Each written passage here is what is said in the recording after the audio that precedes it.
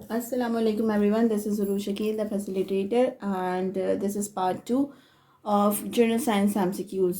जैसे मैंने आपको बताया कि मैंने कुछ MCQs डिफरेंट रिसोर्सेज से लेकर कंपाइल किए हैं so that we can save our time and learn better, right?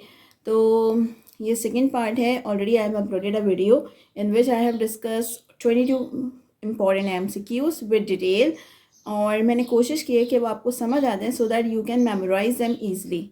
सही है, क्योंकि it's better to memorise, it's better to understand something rather than just learn it, right? Okay, so let's start with MCQ number 23. This is the second part. The kinetic energy. The kinetic energy of particle of a substance is, basically you know that energy is of many types, right?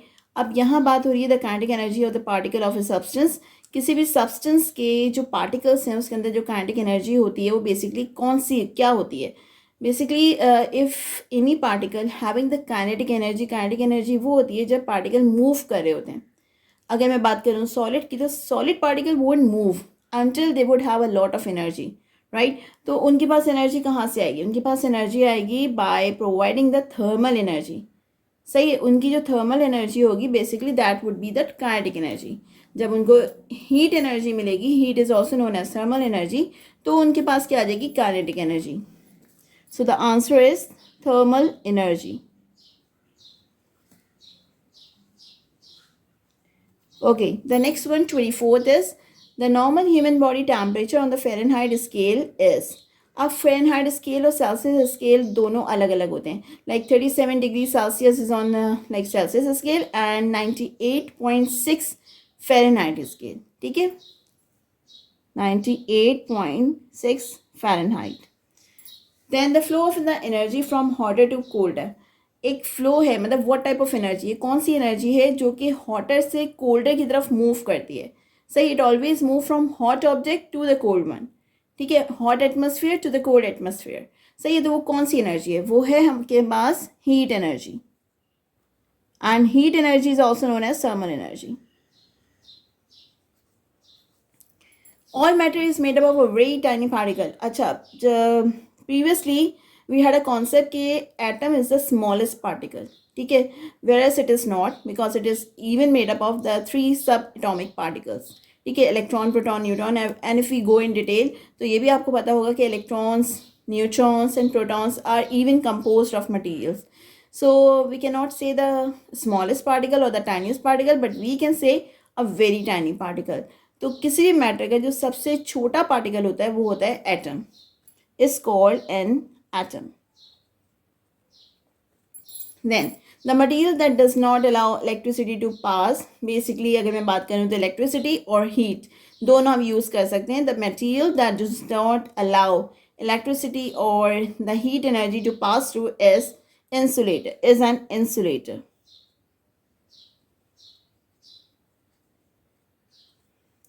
The process of pushing and pulling. We always have listened a very short definition of a push and pull is a force. ठीक है, a force is simple a push or pull. तो जहाँ पे जब process of pushing and pulling है वो भी basically क्या है? is a force. फिर हमारे पास आ रहा है the object that has to raise or lower the heavier object. You know that most of the time we are unable to raise an object to a height. ठीक है, we always require a help or something जो हमें help out कर सके so that we can lift an object to a height. सही है, तो इसी तरह यहाँ पर भी क्या होगा? जब हम बात कर रहे हैं object that has to raise or lower the heavier object to a height is lever, which is lever.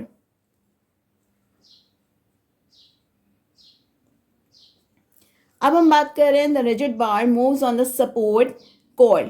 ये इसी लेवर की बात हो रही है. अ रिजिड बार हम बेसिकली यूज़ करते हैं लेवर के लिए. ठीक है, a lever is a kind of the rigid bar moves on a support. और ये जो वर्ड सपोर्ट है बेसिकली ये लेवर का एक पार्ट है जो कि जिसके ऊपर वो लेवर मूव कर रहा होता है. इफ़ यू जस्ट रिकॉल और if you just imagine in your mind that seesaw, तो आपने देखा होगा सीसो एक चीज़ के ऊपर होल्ड ऑन है और वो क्या कर रहा है? एक मूविंग पॉइंट है. ठीक है, so that it can raise an object and lower down an object. तो वो कौन सा ऑब्जेक्ट है? This is a fulcrum.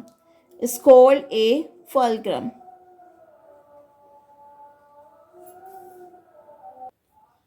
Okay, so the next one is the control center of the cell, like our brain that controls the whole body. In the same way, if I talk about a very single cell, तो उसमें जो control center होता है, this is, you know that this is a nucleus.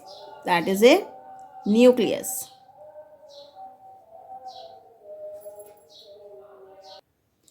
And the next one is an outer part which is common in both plants and animal cell. यानी we are talking about the boundary they are having, सही है, तो लेकिन उसमें क्या बात कर रहे हैं, common. You know that the cell wall is missing in animal cell whereas it is present in the plant cell. So the common outermost part would be the cell membrane.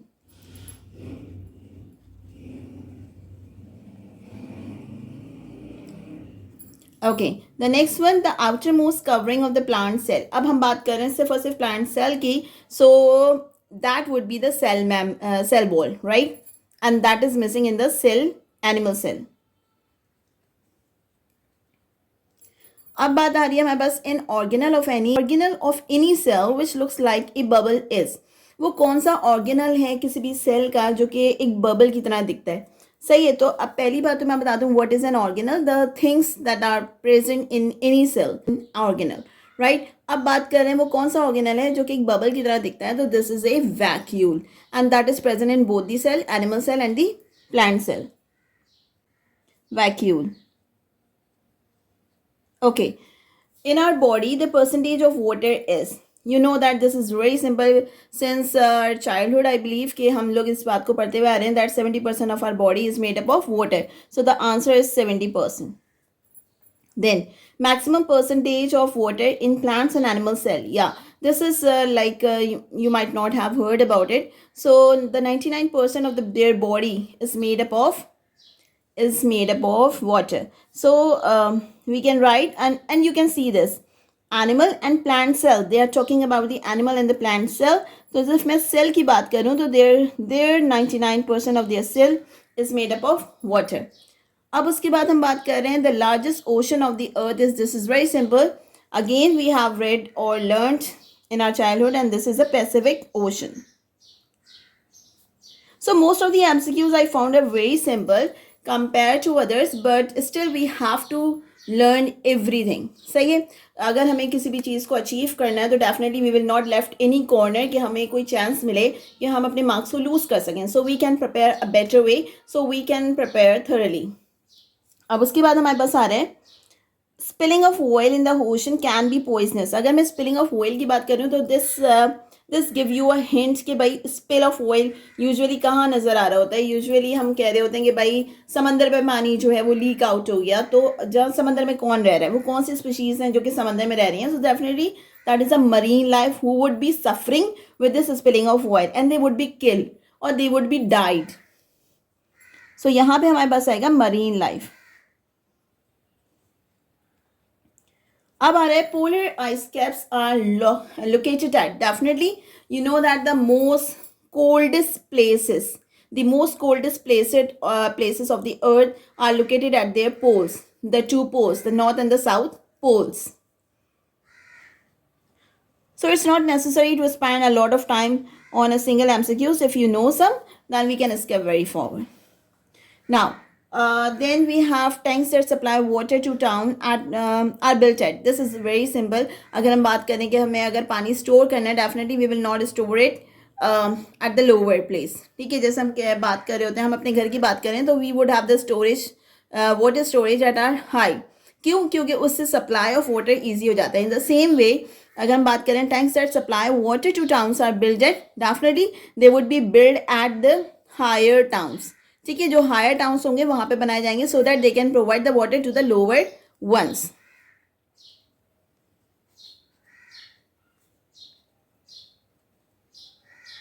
Now fluoride in water helps in preventing. Fluoride is a substance that is very useful, very essential for the tooth or teeth. तो हम यहाँ पे क्या आएगा, fluoride in water helps in preventing tooth decay.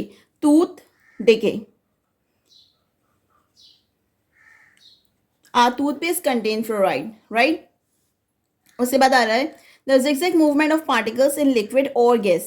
जो zigzag movement आपको नजर आ रही होती है, we can see that in while making tea or while doing any stuff even though if we are going to sit in the dark room, the curtain, if you look at the curtain, तो आपको नजर आएगा कि dust particle जो है वो vibrate हो रहे हैं, ठीक है, they are continuously moving, that random motion, that continuous movement जो हम कहते हैं वो कहते हैं हम जिगजैग मूवमेंट है। वो जिगजैग मूवमेंट बेसिकली क्या होती है, that is a Brownian motion.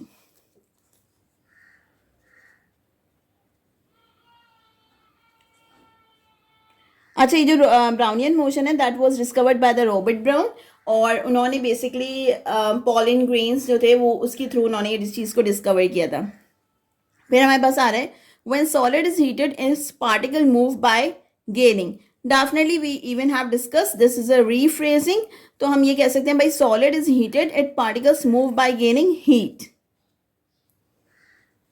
The particles of the solid, you never have seen कि solid particles जो हैं एक जगह से दूसरी जगह जा रहे हो, definitely they move। ये याद रखना कि हर molecule move करता है, ठीक है, their movements are different but they do move। तो इसी तरह solid जो particles हैं वो क्या कर रहे होते हैं, they spin। The answer is spin।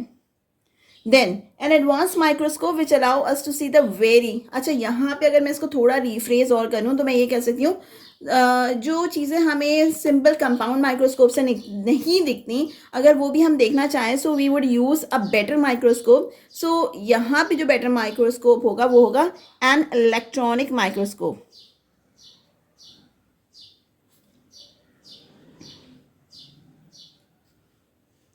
फिर बात आ रही है हमारे पास the main function of the vacuole is to, कि भाई main function of the vacuole क्या होता है, जो कि प्लांट सेल और एनिमल सेल में दोनों में मौजूद होता है।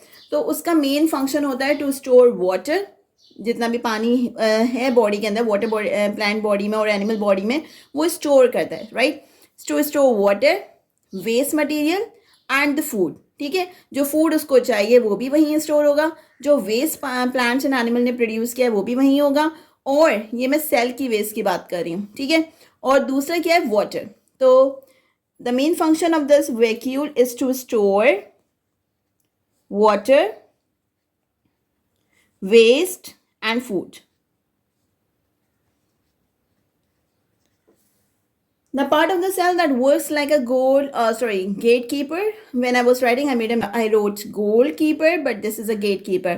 तो भाई जो gatekeeper होगा वो definitely the outermost boundary पे होगा। तो we already have discussed कि cell के outermost boundary पे कौन सी चीज़ है, of course cell membrane। क्योंकि अगर मैं गेट कीपर की बात करूँ तो भाई हम दोनों सेल्स आ सकते हैं, प्लांट सेल भी आ सकते हैं, एनिमल सेल भी आ सकते हैं, जो कि उनकी आउटर मोस्ट बाउंड्री की बात हो रही है। तो यहाँ पे आएगा सेल मेम्ब्रेन।